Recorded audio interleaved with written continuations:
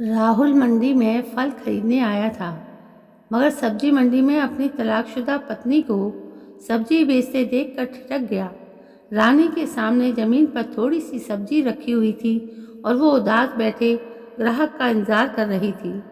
वो मन ही मन खुश होता हुआ बड़बड़ आया कर कहती, तुमसे 100 गुना अच्छा पति मिल जाएगा, मगर इसे तो कोई हराम की खाने वाला गया है, तभी तो अपनी पत्नी से सब्जी बिकवा रहा है। वो न चाहते हुए भी उधर चल पड़ा जहाँ रानी सब्जी बेच रही थी। अचानक राहुल ने अपने चेहरे पर रुमाल बांध लिया।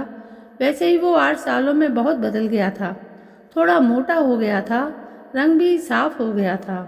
सूट बूट पहनने के कारण साहब लग रहा था और चेहरे पर रुमाल बांधने के बाद तो पहचान में ही नहीं आ रहा था।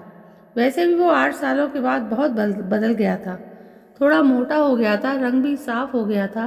सूट बूट पहनने के कारण साहब लग रहा था और चेहरे पर रुमाल बांधने के बाद तो पहचान में ही नहीं आ रहा था। पास जाकर देखा तो रानी के पास थोड़े से आलू थे जो हवा के थपेड़े लग रहे थे। थोड़े से टमाटर थे जो बिल्कुल ताज़ा थे। एक लकड़ी की कैरेट में आम रखे थे। उनके ऊपर सूखा घास होने के कारण वो ढंग से दिखाई नहीं दे रहे थे। थोड़ी सी हरी मिर्च और 4-5 नग धब्बे वाले फूल गोभी भी थे। बस सड़क के किनारे ज़मीन पर एक चादर बिछाकर उसी पर लगी छोटी सी दुकान में इतना ही सामान था। राहुल ने गौर किया, वो बहुत ज़्यादा दुबली पतली हो गई थी। चेहरे पर जरा भी रौनक नहीं थी। रंग भी सांवला हो गया था। एक बार तो उसे शक हुआ कि वो रानी नहीं कोई और है, मगर उसके माथे पर बड़ा सा तिल देखकर उसे विश्वास हो गया कि वह रानी ही है। रानी ने आशा भरी दृष्टि से उसकी तरफ देखा, फिर जल्दी से बोली, क्या चाहिए साहब? पड़ोस में सब्जी बेच रही एक महिला बोली, इसके पास तो बासी सब्जी रखी है साहब, ताज़ा सब्जी लेनी है तो इधर आ जाइए। मगर रानी जल्दबाजी में बोली, बासी नहीं है साहब, पर धूप के कारण थोड़ी पुरानी लग रही है, वरना मैंने आज सुबह ही खरीदी थी। रानी के चेहरे पर बेबसी और मजबूरी के भाव देखकर उसका दिल धड़क गया। आखिर जिंदगी के 6 साल उसके साथ गुजारे थे। तलाक जरूर हो गया था, मगर उन 6 सालों में कुछ यादगार और हसीन पल भी गुजरे थे। वो बिना बोले ही ऊपर से घास हटाकर आम देखने लगा। आम थे तो बढ़िया किस्म के, मगर उसमें भी सलवट पड़ गई थी। पुराने होने के कारण पिछड़े हुए थे। वो बोला, ये तो सचमुच खराब हो गए हैं। रानी अधीर होकर बोली, नहीं साहब, खराब नहीं हुए हैं, बस थोड़े से अलसाए हुए लग रहे हैं।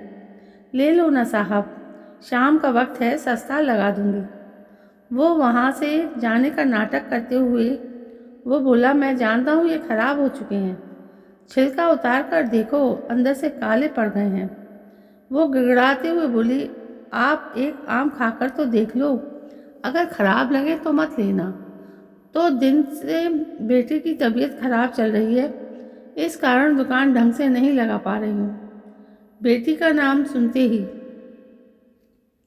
राहुल को झटका सा लगा। उसके सामने अपनी प्यारी सी बेटी का चेहरा उभर आया। तलाक के वक्त उसे आखिरी बार देखा था, तब वो 4 साल की थी, अब तो 10 साल की हो गई होगी। प्रीति वो एक आम उठाकर राहुल को देने लगी, मगर वो तो बेटी के ख्यालों में ही खो चुका था। बेटी की तबीयत खराब होने का समाचार पाकर उसके दिल में कुछ टूटकर बिखरने लगा। लो साहब, चख के देख लो। रानी की बात अनसुनी करके वो जल्दबाजी में बोला, सारे आम तोल दो। वो आश्चर्य से उसकी तरफ देखते हुए बोली, सारे? वो बोला, हाँ सारे तोल दो। और वो खुश होकर आम तोलने लगी। 8 किलो आम थे।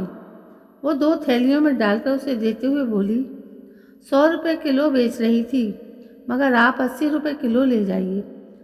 इसलिए 80 किलो के भाव से दे दूँ? कुल 640 रुपये होते हैं साहब। आपके ऊपर से 40 भी रहने दो, आप 600 रुपये ही दे दो, वरना तुम्हारी बेटी बीमार है, इसलिए 100 रुपये किलो के भाव से पैसे ले लो। फिर 500 के 2 नोट देकर वो जाने लगा। रानी ने पीछे से दोबारा पुकार के कहा, साहब 800 किलो के 100 रुपये के हिसाब से 8 किलो के 800 रुपये होते हैं साहब। आप वापस लेते जाओ, आप 200 रुपये वापस ले जाओ। वही रुक गया मगर कुछ बोला नहीं। रानी खड़ी होकर पास आई, फिर बोली, भीख नहीं चाहिए साहब, भीख ना मांगने पड़ा इसलिए तो दुकान लगाई। वो बोला, तुम्हारा पति कुछ नहीं करता क्या?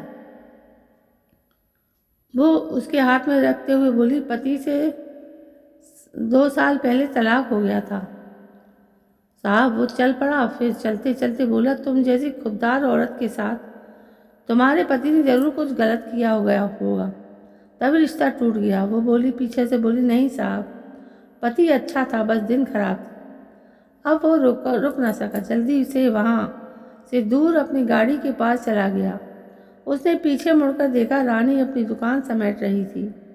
शायद उसकी आज मजदूरी हो गई थी, इसलिए वो अंधेरा होने से पहले ही घर जा रही थी। राहुल का मन किया उसके पीछे जाए ताकि पता चले कहाँ रहती है।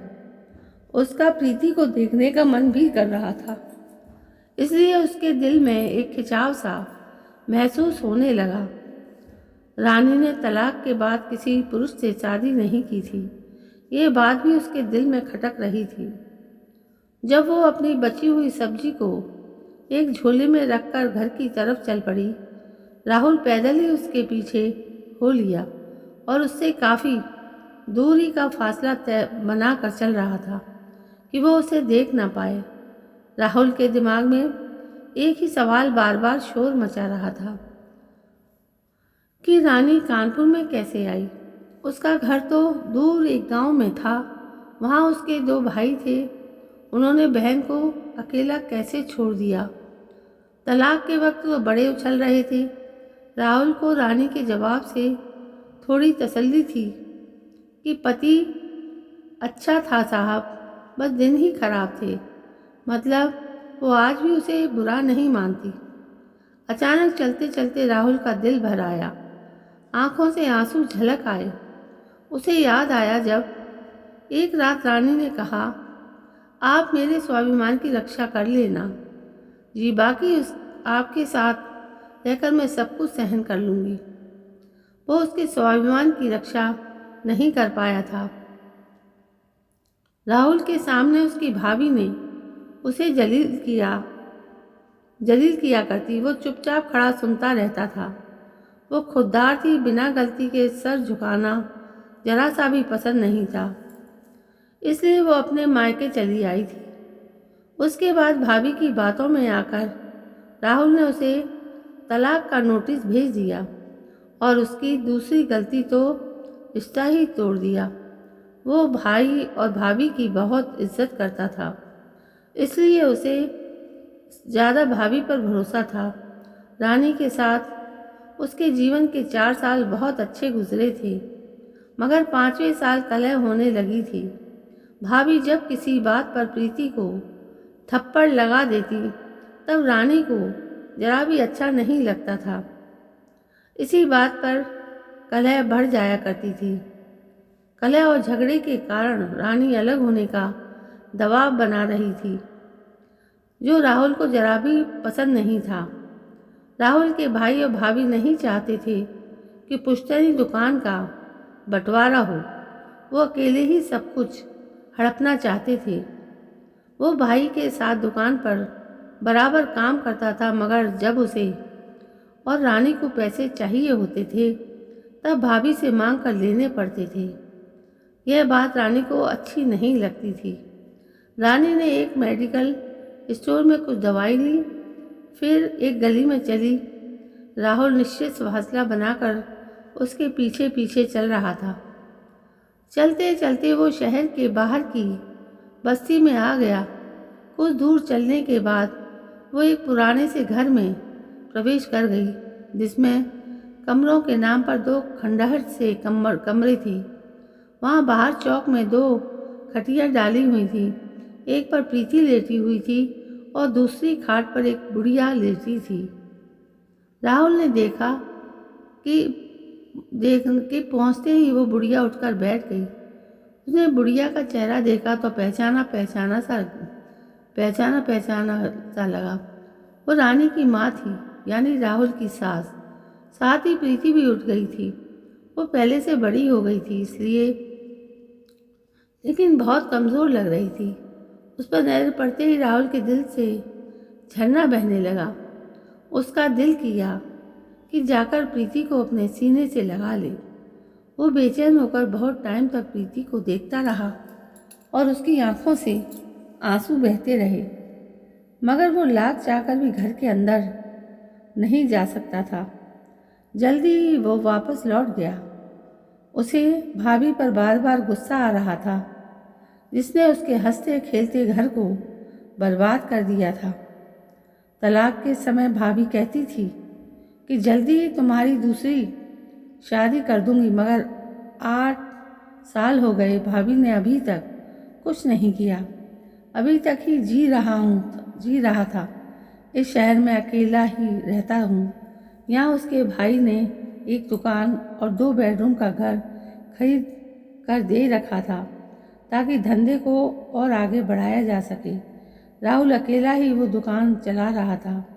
घर भी ठीक दुकान के पीछे था। वो उस घर में अकेला ही रहता था। भाई भाभी उसे आगे भी बिना पत्नी के रखना चाहते थे ताकि वो ना हिस्सा मांग सके और ज़िंदगी भर कमा कर देता रहे।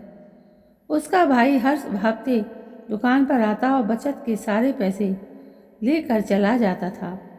मगर कहते हैं ना कि ऊपर वाले के घर में देर है अंधेर नहीं। भगवान के संयोग से दोनों तलाकशुदा पति पत्नी एक ही शहर में रहने आ गए। अभी तक दोनों ने दूसरी शादी भी नहीं की थी। कुछ भी हो सकता था। अब राहुल रोज़ शाम को रानी की दुकान पर जाने लगा था।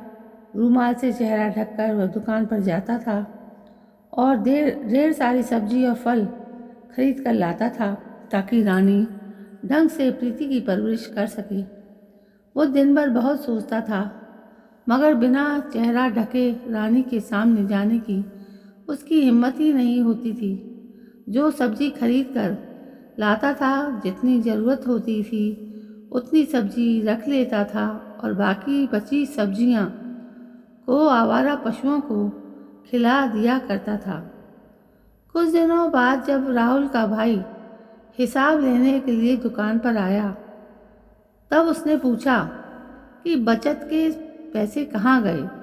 राहुल बोला, खर्च हो गए मेरे से। भाई गुस्से में बोला, इतने सारे रुपए कहाँ खर्च कर दिए। राहुल हिम्मत करके बोला, काम था खर्च कर दिए।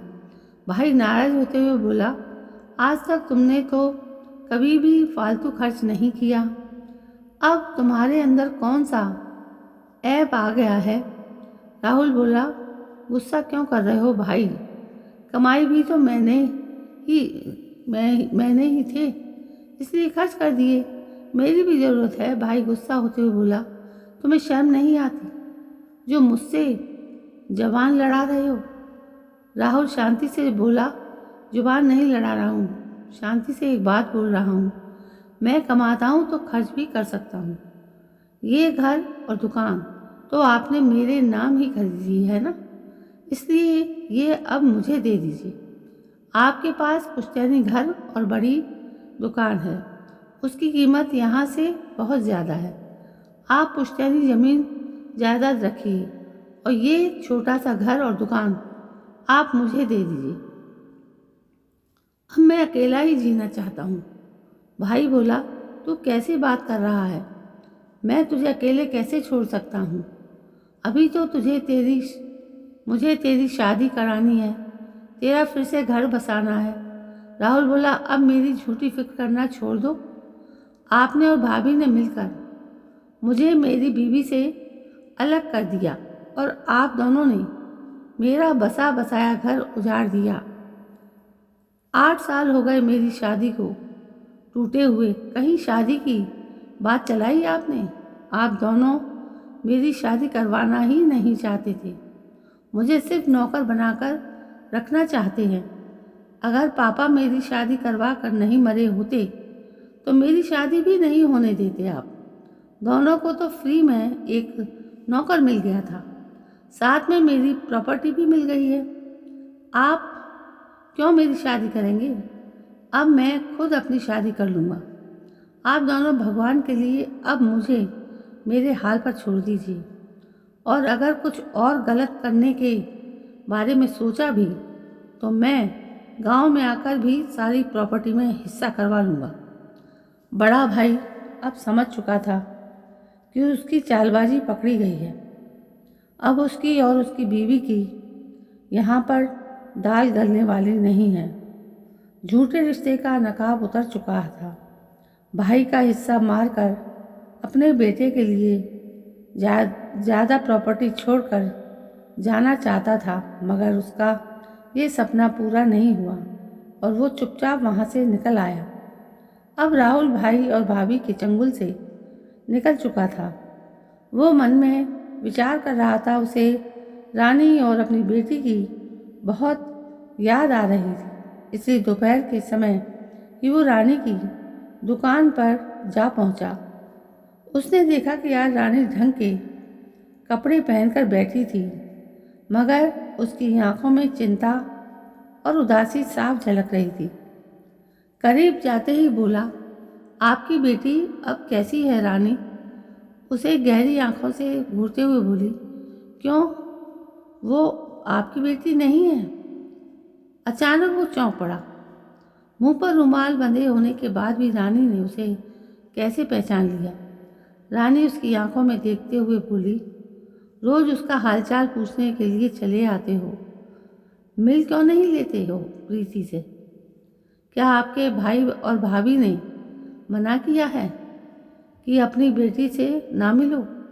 राहुल बोला, मैं भैया और भाभी से सारे रिश्ते तोड़ चुका हूँ।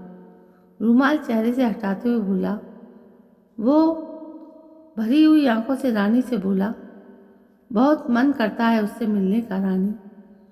मिल लो। बोली, मिल लो।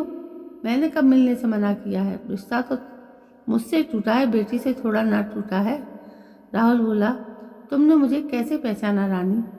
रानी बोली, पत्नी रही हूँ ना आपकी, पीछे की चाल देखकर मैं आपको पहचान सकती हूँ। पहले दिन ध्यान से नहीं देख पाई, मगर दूसरे दिन आपको पहचान लिया था। जब आप प्रीति के बारे में हमेशा पूछते हैं तो आपकी आंखों में हमेशा दर्द दिखता था। वो एक पिता की आंखों में ही दिख सकता है। अपना चेहरा तो आपने छुपा लिया, मगर बेटी से मिलने की तड़प आंखों में नहीं छुपा पाए। घर का एड्रेस बताती हूँ, आप वहाँ चले जाओ, प्रीति से मिल लो, मैं शाम को ही घर आऊँगी। वो रानी की तरफ देखते हुए बोला, नहीं, तुम साथ में चलोगी तभी उससे बात कर पाऊँगा। जब मुझसे दूर गई थी तब वो छोटी थी, अब वो मुझे नहीं पहचान पाएगी। रानी की आंखों में आंसू भर आए। उसको छुपाते हुए वो बोली, शादी की एल्बम आज भी मेरे पास है, रोज़ वो आपको देखती है, आपको जरा भी नहीं भूली है, देखते ही पहचान लेगी। वो विनती करते हुए बोली, नहीं, तुम मेरे साथ चलो, मैं तुम्हारे साथ ही उससे मिलना चाहता हूँ। रानी बोली, क्यों गरीब के पेट पर लात मार रही हो? धंधे का टाइम है, अगर साथ गई तो सारा सामान ऐसे ही रह जाएगा, कुछ भी नहीं बिकेगा। वो बोला, सारे सामान के पैसे मैं दे दूँगा, लेकिन तुम मेरे साथ चलो प्लीज़। आज के बाद तुम्हें कभी परेशान करने नहीं आऊँगा। यह सुनकर रानी को थोड़ा धक्का लगा। वो बोली, क्यों, आपकी दूसरी पत्नी यहाँ आने में मना करती है क्या? वो उदास मन से बोला, मैंने दूसरी शादी नहीं की है। ये बात सुनते ही ना जाने क्यों रानी के दिल को थोड़ी राहत मिली। वो उसके साथ जाने के लिए राजी हो गई। अपनी दुकान बाजू वाले को संभालने के लिए बोलकर उसके साथ गाड़ी में बैठकर गई और घर की ओर रवाना हो गई। रास्ते में रानी ने पूछा कि आप इस शहर में क्या कर रहे हो। राहुल ने सारी बात बताई और वो ये भी बोला कि अब वो इसी शहर में रहेगा हमेशा के लिए। भाई भाभी से हमेशा के लिए रिश्ता तोड़ लिया। वो सोचने लगी कि काश रिश्ता पहले टूट गया होता तो आज हम दोनों साथ होते, हमारा तलाक नहीं हुआ होता। हमारा रिश्ता तो भाई भाभी के कारण ही टूटा था। राहुल ने पूछा, तुम यहाँ कैसे आ गई? वो उदास मन से बोली, भैया और भाभीियों के ऊपर बोझ बन गई थी। शुरू शुरू में सब कुछ ठीक था, लेकिन बाद में सबकी असलियत सामने आने लगी। शुरू शुरू में भाइयों ने साथ दिया, लेकिन बाद में फिर वो भी भाभीियों के साथ हो गए। आपको तो पता है, कुत्तों की तरह फेंकी हुई रोटियां मैं नहीं खा सकती। जिस घर में मैं रहती हूँ वो घर मेरे मामा का है। मामा का परिवार अब इस शहर में नहीं रहता है, वो लोग दिल्ली में रहते हैं। घर की चाबी माँ के पास थी, इसलिए हम लोग यहाँ रहने आ गए। घर पुराना है और हम लोगों को किराया भी नहीं देना पड़ता, इसलिए इधर ही रहते हैं। वो फिर झुकते हुए बोला, एक बात कहूँ? वो बोली, क्या? वो डरते डरते बोला, क्या आज भी मेरी याद आती है रानी? रानी ने कोई जवाब नहीं दिया और मुंह दूसरी साइड घुमा लिया। राहुल शायद देख नहीं पाया कि रानी की आंखों में आंसू आ गए थे। वो बाहर देखते हुए बोली, अब किसी की याद नहीं आती। सुबह से शाम तक बस इसी बात की चिंता रहती है कि रोटी कैसे कमाऊं। इसी में दिन निकल जाता है। सारा उसका जवाब सुनकर वो मायूस हो गया और रास्ते पर चुप ही रहा। रानी रास्ता बताती गई और सीधे उसी रास्ते पर चलता गया। उसने रानी को जरा भी आवाज़ नहीं होने दिया कि वो उसका पीछा करते करते यहाँ पहले भी आ चुका है। घर में घुसते ही राहुल का दिल अंदर ही अंदर से तड़पने लगा, और क्योंकि घर की हालत बहुत ख़राब थी, जगह जगह से प्लास्टर निकले हुए थे, दीवारें बहुत कमज़ोर थीं। रानी आगे आगे चल रही थी। कमरे के पास पहुंचकर वो बोली, प्रीति देखो कौन आया है तुमसे मिलने। प्रीति अब पूरी तरह से ठीक हो चुकी थी। वो बाहर आकर उसे देखने लगी। रानी की माँ भी बाहर आ गई। प्रीति उसकी तरफ टुकुर टुकुर अपनी बड़ी बड़ी आँखों से देख रही थी, लेकिन राहुल के पास नहीं आई। वो अपनी मम्मी के पास जाकर लिपट गई। रानी बोली, डरो मत बेटा, ये तुम्हारे पापा हैं। प्रीति बोली, पापा हैं? मगर गंदे पापा हैं। इन्होंने आपको बहुत रुलाया है। प्रीति अब बड़ी हो चुकी थी। उसे अच्छी तरह से सब कुछ समझ में आ रहा था। राहुल को जिस बात का डर था वही हुआ, इसलिए वो अकेला नहीं आ रहा था, रानी को साथ में लाया था। राहुल झुकते हुए सांस के पैर छूने लगा। सांस भी 2 कदम पीछे हट गई। बोली, दूर रहो, हमसे हमारा तुम्हारा कोई रिश्ता नहीं है। अब इसलिए पैर छूने की कोई ज़रूरत नहीं है। राहुल नीचे ही बैठ गया। फिर भरी आंखों से दोनों हाथ फैलाकर बेटी को पास आने का इशारा कर रहा था। उसकी आंखें कह रही थीं कि एक बार आकर मेरे सीने से लग जा मेरी प्यारी गुड़िया। और रानी प्रीति ने माँ की तरफ देखा। रानी ने इशारों ही इशारों में जाने का लिए बोला, तब दौड़कर अपने पिता के गले लग गई। राहुल के लिए स्वर्ग के सुख के समान था। वो फपक फपक कर रोने लगा। रोते रोते बोला, माफ़ कर दे मेरी गुड़िया रानी, जिंदगी के फैसले खुद लेने में मैंने बहुत देर कर दी, वरना आज तुम और तुम्हारी माँ मेरे साथ होती। फिर वो प्रीति को उठाकर गाड़ी के पास लेकर गया और गाड़ी की डिक्की खोलकर बोला, देखो मैं तुम्हारे लिए क्या लेकर आया हूँ। एक बड़े से थैले में ढेर सारा सामान था। चॉकलेट, बिस्कुट, खिलौने और कपड़े से थैला भरा हुआ था। वो एक एक सामान निकाल कर प्रीति को देने लगा। रानी गौर से देख रही थी। यह सोचकर उसका दिल जोर से धड़क रहा था कि उस थैली में से उसके लिए भी कुछ निकले, मगर पूरा थैला खाली हो चुका था। रानी के लिए कुछ भी नहीं था। रानी समझ गई कि वो सिर्फ यहाँ अपनी बेटी के लिए आया है। इतनी सारी चीज़ें पाकर प्रीति बहुत खुश थी। रानी बोली, अब चलते हैं, मुझे दुकान पर भी जाना है।